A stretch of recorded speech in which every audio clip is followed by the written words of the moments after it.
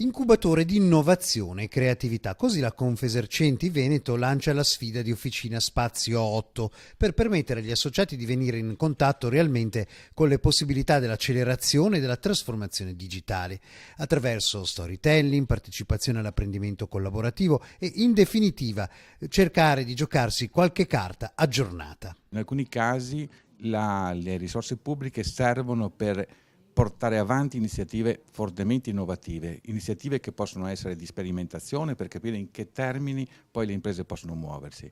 Ma è vero anche questo, le imprese sempre di più si stanno convincendo che la formazione è una parte integrante dei loro bilanci. Ne è sicuro che si stanno convincendo o lo fanno perché un po' si dice che bisogna farlo?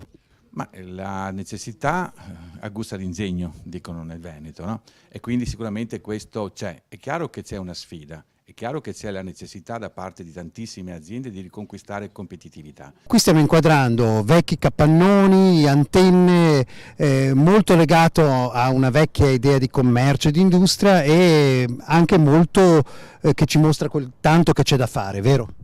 Allora, assolutamente sì, qui siamo per parlare di digital communication e quindi di approfittare in un'educazione sulla comunicazione e soprattutto sulle opportunità del digitale che oggi abbiamo a disposizione. Ecco, qui vediamo degli esempi: le aziende, le imprese, le industrie possono comunicarsi sempre al meglio, ma soprattutto attraverso la rete possono fare networking, possono condividere la conoscenza e possono ottimizzare tantissime informazioni attraverso le quali presentarsi, posizionarsi, come sappiamo bene grazie al web, sia in Italia che all'estero attraverso un'internazionalizzazione digitale.